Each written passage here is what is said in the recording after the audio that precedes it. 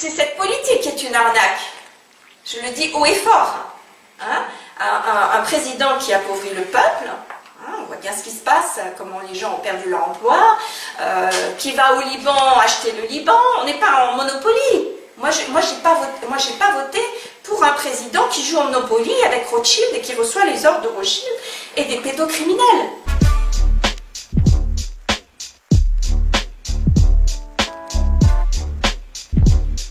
Domestique les enfants à l'école, et là le gouvernement est passé à la vitesse supérieure, et ça je suis désolée, mais je suis un soignant conscient, je refuse cela pour les enfants français. J'ai aussi pris conscience que Trump aux États-Unis est intervenu auprès de l'OMS et a dénoncé toutes ces magouilles de l'OMS, il s'est désolidarisé de l'OMS. En France, ça n'est pas le cas. Macron obéit à Bill Gates, qui obéit à l'OMS, et moi je dépends du Conseil de l'Ordre des médecins, qui obéit à l'OMS. Et moi je suis pour une France libre. Et ce que je vois, hein, avec ce qui s'est passé pour les personnes âgées, et ce qui se passe maintenant pour les jeunes, parce que le président va passer à la vitesse supérieure, eh bien, je suis désolée, on joue sur la culpabilité des gens. Moi, je suis un médecin conscient. Chaque fois que j'ai quelqu'un en face de moi, je dis stop à la culpabilité. Je sais qu'il a un parcours d'église, enfin, qui favorise cette culpabilité. Je connais beaucoup de médecins qui jouent aussi avec la culpabilité des patients. C'est leur point de vue, c'est leur façon de fonctionner. Moi, ça ne marche pas.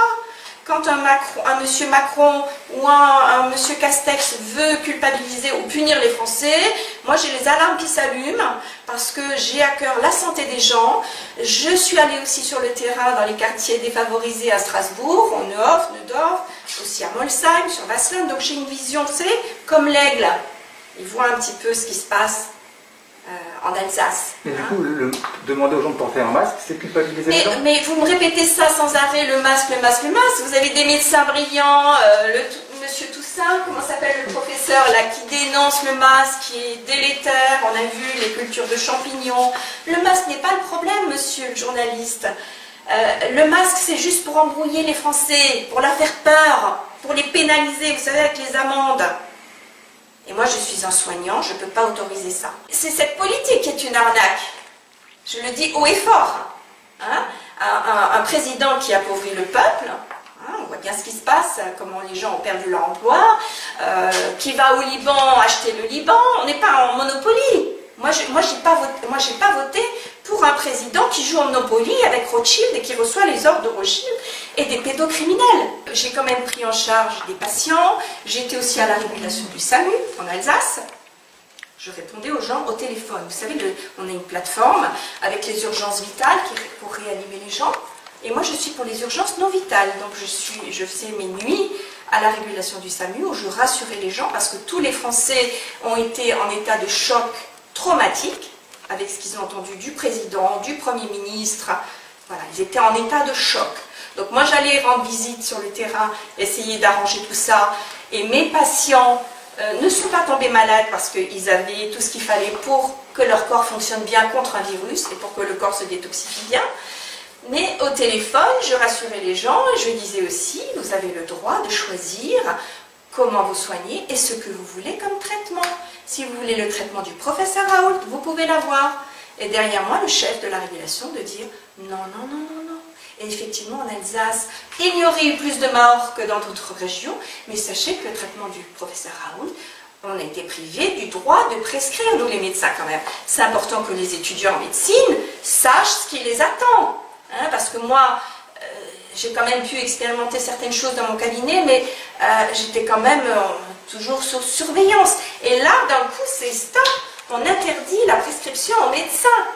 Et ceux qui ont osé traiter avec l'ozonothérapie, des perfusions, le chlorure de magnésium, ben, ils ont été repris par l'ordre. Il y a des médecins en Moselle qui ont été convoqués, voilà. Donc c'est quand même...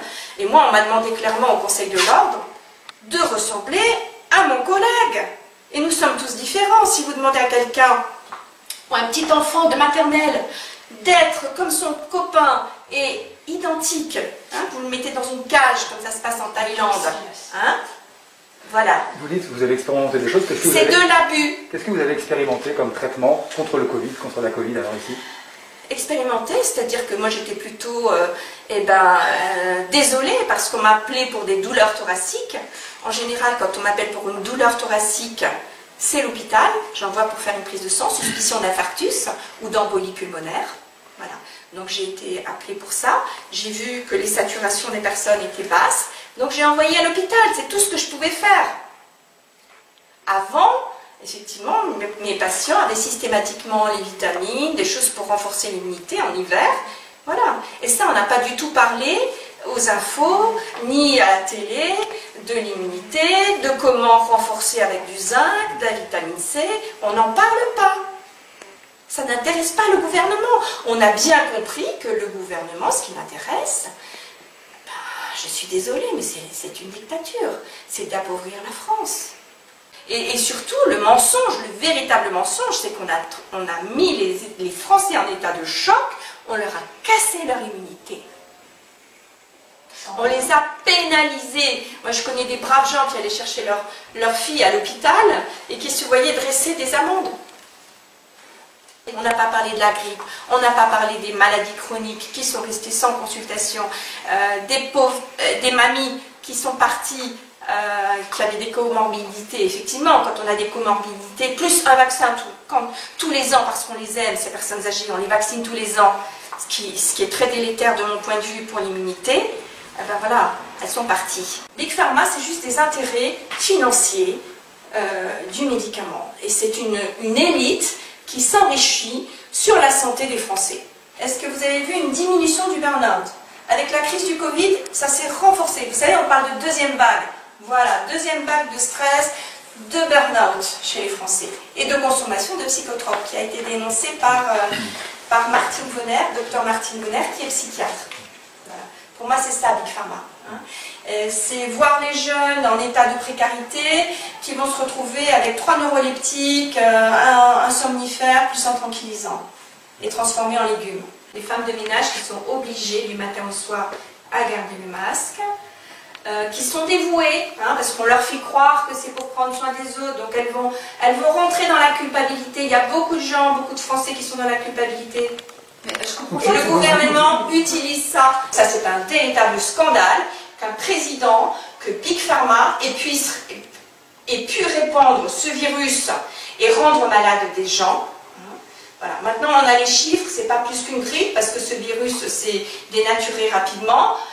Mais voilà, c'est ça, ce qui est scandaleux, c'est ça. C'est qu'on ait envoyé des gens traiter les personnes âgées avec du Rivotril, que ces lois bioéthiques soient votées en catimini, en pleine nuit, pour le trafic d'embryons et pour l'avortement, et que le médecin pourra dire à une femme enceinte sur 9 mois, ah, vous êtes en situation difficile, ah non, vous ne pouvez pas garder votre bébé. Ça, c'est scandaleux, c'est ça le véritable scandale. Donc, stop à ce gouvernement de dictature. Stop à ce gouvernement qui appauvrit la France et les Français. Stop. Tout ce que je sais, c'est que je suis un médecin très simple, que j'aime les enfants et j'ai à cœur que les enfants restent libres.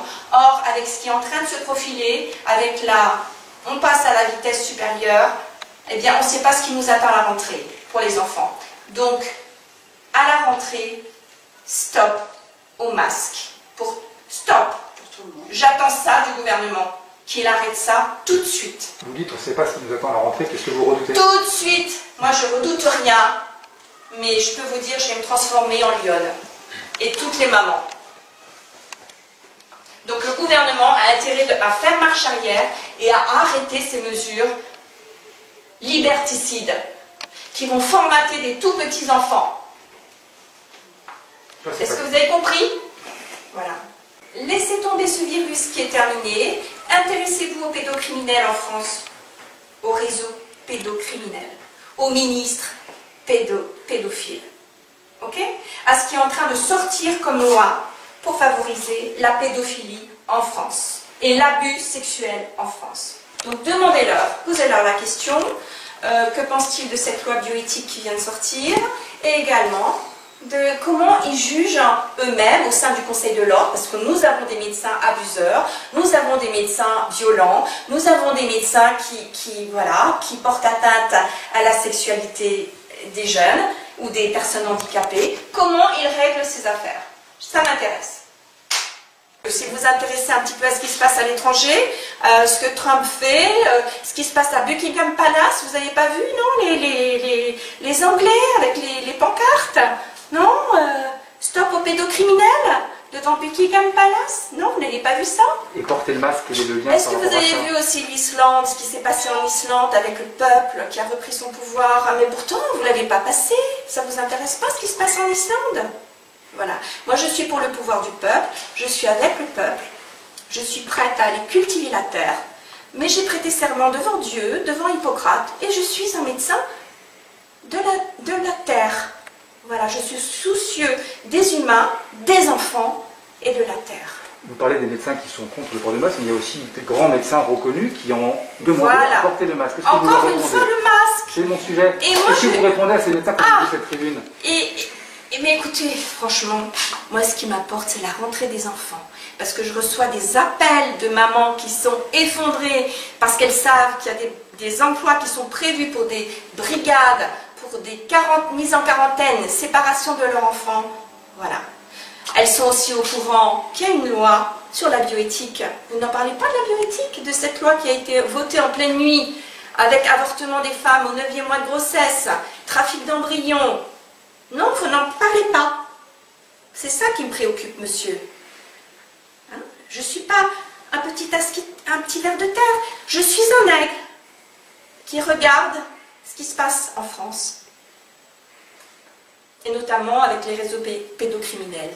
Voilà, donc j'ai des craintes pour nos enfants, quand je vois tout ce qui se passe, tout ce qui est voté, l'abaissement aussi du consentement sexuel à 13 ans, l'éducation sexuelle par des inconnus en maternelle, des livres que je vois sur les pédophiles, qui expliquent à l'enfant combien le pédophile lui veut du bien et que c'est bien de dormir avec lui. Non mais je rêve, on est en France, c'est mon pays.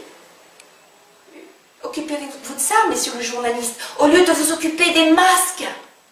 Combien ça vous rapporte de vous occuper des masques pour laisser tomber ce qui concerne les enfants, ce qui atteint les enfants avec les abus sexuels, criminels? Parlez un peu de ça. Réveillez les gens.